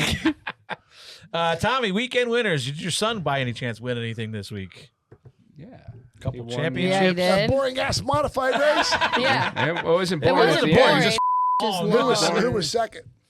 I don't even know. I did. Did Newman get him? I mean, Newman No, was passing him, but Newman Ward was third. second. Yeah, Brandon Ward was second. Why did you and Newman have it out somewhere? Not out. We had an It argument. was a long story. I had my reasons. It was some short It was at Franklin. Yeah, it was County, modified I think. racing. Yeah, up in Virginia. yeah, Yeah. yeah. Had Just my being reasons. aggressive, was he? No, or- I just. Long story short, Luke, as Luke was getting started racing, him and Ryan were racing against each other a lot, right? And so, if there was a little issue or something was going on, Luke would wait till the end of the race, till everyone left, and go over to Ryan and say, "Hey, did you see anything I could do better? That's a smart way Can to I do do anything? Anything." So it happened. He did it a couple times, just trying to learn. Because the year before, Luke was Ryan's spotter, and which is the car that Luke drives now, but Luke was the spotter. So what happened at Franklin County? Luke was leading, Ryan was second, and they just took a sticker tire. And there's no stagger, right? And you need stagger at a place like Franklin County. So the whole field went high, and Ryan got up into the dirt a little bit, got into the wall a little bit, but it just was hard racing. It wasn't like intentional. And then right after the race, Ryan got right out of the car and went to Luke at the podium right at the start-finish line instead of waiting like Luke did. Right? Yeah. I think it should have been like a learning moment maybe for a veteran of like Ryan Newman to go to Luke and say, hey, man, I know see what happened. here's what you need to do differently. But instead, Ryan went went into the window when Luke was not even without anybody. Nobody was around, and I just didn't like it. Tommy's gonna let you know when you don't like it, kind of like you. No, I have a bone to pick with Luke over that modified victory lane because I go up there afterwards to get my stuff back in place for our late model stock race, and there's just a big ass shattered bottle of champagne in the middle of because he tried to pull a Connor Zillage and hit the bottom of the bottle on the ground, and it just shattered everywhere. Well, but no, they just left it. He's stumped. Just left it. Weekend winners though: Briscoe, Austin Hill, Gio, the big three. Keelan Harvick wins the pro late model race. Luke wins the owners championship. Him and Luke was a great. Yeah, I heard it was a great race. I watched it was a good race. Flow. Yeah, there you go. That's right. Say it again. FlowSports.link/door bumper clear. You can get 15% off. Flow is very good. What was the kid's name that won the pro? Ben Mayer. Ben Mayer. Yep, they won the drivers' championship. Drivers' championship. Luke and Rick Ware racing with won the real Cody championship. They got the most points. Karsyn, right? Who else drove that division? In the cars. Luke won pro the late car. model. Landon Lewis, late model stock driver champion. That was another good finish what too. A great race. Caden Quapple. Caden Quapple won his first. That was his first. That was his first cars late model stock. Late model stock Yep. win. And who's Caden Quapple? Travis's son. Travis's son. Yeah. Holy cow. Yeah, there's two brothers, Caden and Karsyn. Karsyn's in the Xfinity Okay, series. I raced against their father, so it's not the one driver's son, right? It's his brother. No, it's his brother. Right? Yeah. Oh, thank you. I know time's flying, but I'm It's like, not that fast. Oh, yeah. 'Cause I watched that Quapple kid race at mid. What do you call it? Millbridge. Millbridge. Yeah, they're both of them there. Got mad cow disease. Karsyn races. Yeah, mad cow disease. Who else we have? Talked about Luke won the smart race Pierce. and the championship. Pierce, what the hell did he do? Pierce, right? Oh, Bobby Pierce. Bobby Pierce, Eldora. Yeah, he won Eldora. Rico. Rico wins High the limit. championship. That guy's won 30-some races in the dirt. Yeah. Pierce. That's impressive. Yeah. And Rico's this is a career year for Rico. I mean, Rico's He's been going to drive for Smoke dominating. next year, Yeah, they're teaming Did up. he win the race also? I don't know. That I don't know. Evan? I Is think Evan so. in there? Evan, who won the high limit race? I think he did. He did, right? I'll tell you one guy I got to give a shout out to. Do you see what's his name retired? Yeah, Sweet. Brad Sweet. Brad Brad Sweet. Sweet. I mean, Yeah. that's just, I mean, That's a Retired from shock. full time. I'm sure he's Well, still going to that's race a little full-time, bit. yeah. Ryan Vargas. Ryan Monster Vargas trucking. won Monster Jam this week. What? So Ryan Vargas wins. I didn't know he won. He's driving, so he's driving El Toro Loco now, the big monster truck. He won, like, I don't know what it was, overall Monster Jam or whatever it was. He won this week. I saw a picture. That's of him. where he belongs. I don't know who this guy is. So he's a young kid that was running Xfinity and some other stuff, but he's a good kid. He's on the roof a lot spotting. Yeah. He kind of does everything, anything he can do. Works on cars. Yep. He just I remember at Talladega, they brought them. We were going to have a monster truck. Oh, they did. And I get back there. Helton was back there, and I remember what's his name said, "I'm going to try." He was Kevin Hamlin, crew chief. Yeah, I says, I get up inside, started it, and I'm like, I'm not that stupid. What? He drove it. He And jumped. He jumped. Broke his back. Broke his back. It was. And We were like. Helton said to me, "What do you think?" I said, He "Yeah." He took off. I asked for. Has anybody got film for that? He took off. We were like, oh. he went all in. Oh hell Dude. yeah! Wow! We were like, holy. Bam! Hit the thing. Broke his back. Talladega. I remember that. In the Because infield. the guy said to me, I says, I just don't believe this is my calling. That's what I told. Blew it. Jimmy did it at Wall. So they back him up against the middle of 3 and 4. God. They back and they got cars in the infield. So John the third's like egging him on. You won't do it. You won't do it. So of course Jimmy's a dumbass. He does whatever John told him to do. So Jimmy hits these things wide open, lands, one hops into the fence. Like I'm like, you stupid. Like Jesus. But yeah. So Any Hirschman more won. Where did winners? Hirschman win? Evergreen or Mahoning? Mahoning. Matt Shepard won a championship and the race. I think at Utica Roma, Fulton. I can't remember. Yeah. Fulton. Good job. Hey, You're doing your what's- homework I'm this learning. week. What's Yeah. his name going to come back? You think he'll never be right? Well, Stewie. yeah. I hope he comes back, but man, that's tough. He was lucky. He was a lucky, Yeah. lucky man. He, I watched that on Flow. He's a lucky guy. Yeah. Yeah. That you just don't break that bone. Just don't break that bone. Wednesday night. What time? 6 o'clock. 6 o'clock. 6 o'clock. Oh, Come hang out, Jalen Bell? Spencer. Jalen Where's Bell. that? You were at the last one with us. When we did that jail and bail at where were we? Tony's place. Tony's place, the pizza place. Remember we did the jail? We're gonna lock a bunch of drivers up and raise some money to get them out, or put them back in. Which we haven't decided yet.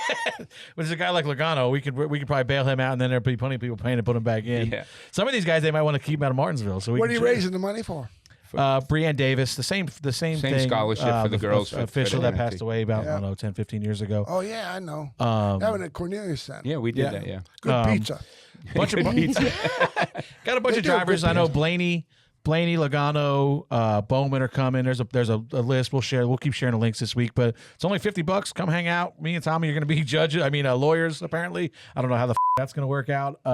I'm usually on the other side. I was going to say, you guys usually need lawyers, probably. I would assume the bail's not going to go down with me and Tommy talking about it. I think McReynolds had the best quote last week in our text there. He's like, someone was looking for the jail thing. He's like, hell, have Bowen look at his closet. Yeah, they're looking for prison outfits. Prison outfits. Larry said, so Larry Mack's the judge. Myself, Tommy, Slugger, and Corey LaJoy. I ain't seen Slugger in a while. Are the lawyers. Yeah, no, he's working with Toyota, much. right? Yeah, Slugger. you ain't missing much. He sucks. Cool. And then, obviously, like I said, there's numerous drivers. I think we're up to like 18 or 20 drivers. Yeah.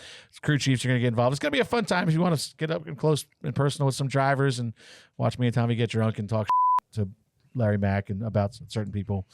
It'll be fun to have fun that I night. may attend that. It sounds You fun. coming? Yeah, Maybe. Bring it. Thomas, we going racing this week? Yeah, Martinsville. Yeah. You're spotting. I know. Yeah. I got to go move to Martinsville. So who you helping now, you said? Well, I got Luke's running the modified race in Martinsville. What day is the modified race? Thursday. Thursday? And then who's coming? No. Rick Cody Ware is in the 51. Yeah. So, and he's down only 2 cars, right? One car right One now. car now? Yep. You're done. Well, We're done. Carson's done. Now I'm full banquet mode. He has a cool drag racer. I like him. Yeah, Clay Milken. Yeah. Love Clay. He's a good guy, man. Clay's good people. He's right up your alley, both of you. Yeah. Yeah. When's He's just a good guy, man. Yeah. Hey, when you're a good guy like Tommy and me, everybody opposite just of you, opposite of me. Yeah. I used to love you guys. You're an ass kisser. He walks around. Thank you, Jimmy. Thank you. November 14th. Yeah. I don't know why I let him say that on the podcast. Yeah, he's a I'm about to say that all week this week.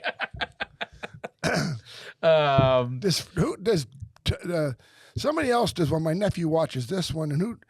Denny's got one. Does he do it here? Yeah, not here, but same platform. Dirty Mo, and then Dale's is right over there. Which you did Dale's right with yeah. Yeah.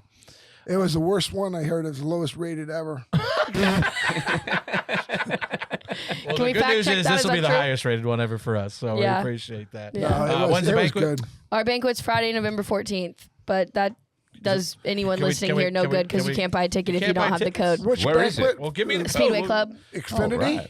No, Cars Tour. I work for the Cars Tour. Carson helps run the Cars. That's a great series. I was talking to Marcus Smith about it. Mm-hmm. Yeah. It's a good series. It was a fun year. Yeah.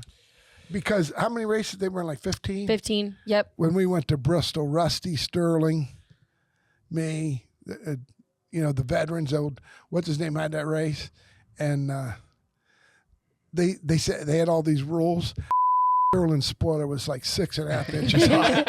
And I walked over there to Jay Bird. I said, Jay Bird, look at Rusty's car and Sterling's car and tell me it's legal. And my 2 guys, I ran third, and I says, look, I says, he goes, it's just a show. I says, no, you don't understand. This is not. We raced to win. Yeah. And Sterling ended up beating. It was a trophy. Yeah. It was a trophy. And I couldn't. I was like, God dang it! I can't believe the sons of. But that was the start of the car. That was the Cars Tour originally, and then that's when I thought Kerry Boatner was involved, and that'd been, God dang, that'd be 15 years ago. Well, Jimmy, thank you very much for joining us. I hope you enjoyed your sentence here. Well, for the day. the nice thing is you can cuss once in a while. Yeah. We leave it pretty wide open around I here. think today was the record. This show's going to come out at midnight tonight because poor Alex is going to be editing. Yeah, Caitlin and I set a record on Rare Breeds last week, and then our record's already been beaten, I think, by son of a. So that's pretty sweet. It's going to be amazing. But again, Jimmy, thank you very much. Tommy, anything you got before we get the hell out of here? I know I think we covered everything. Good, I've been forgetting that jail and bail thing for about 3 weeks now. So we covered a little bit last week. What's Jamma Bell? So this the thing we're going to on Wednesday night. Oh, yeah, that's cool. I might come over. And Karsyn, we'll see you Wednesday night. Maybe. Thursday if you don't, night. then I'll Wednesday and Thursday night. Yeah, Thursday you night. come to Tomorrow. Martinsville. Well, I don't think we're going to see either one, but Tommy thinks you're going to see well, both nights. no, I'm not coming to that modified race. It's not happening. But I might be there on I'll Saturday. tell you what's going to be fun though during the modified race or the modified day is the Mazdas are racing at they put Martinsville on a too, great and that's going to What's show. racing? Some like of our the RX, was it RX-7? Some of our car store drivers raced out last year, so maybe if they are, then you guys might get. They just can't get away from each other. They're like these. Really? They're just. I mean, last time I saw there was 50 of them, and they just run all over each other. The funniest thing I ever saw in racing, we were at, I don't know if it was Islip that night, or I think it was, anyway. And they had drag racing. You could spectator drag. You could enter your car. Oh yeah. And this guy's got a baby seat in the back. And I'm standing with Bob O'Rourke. And I went, this is so lifting. And he knocked the wall down. Oh yeah. Boom. And knocked it down. I was like, oh my God. And then we're looking and I said, he's in trouble because he's got the car seat in the back and all. That was great race. That was good promoting right there. Yeah. That was fun back in the day. Bob O'Rourke was the man. He was special. He was something. All right. Thank you guys for listening. Again, we appreciate it. Again, Jimmy, thank you very much. We'll be back next week with Jordan Bianchi after Martinsville to break down all the Phoenix Championship races. So it can be fun. We'll see you guys next week. We're out. Bye.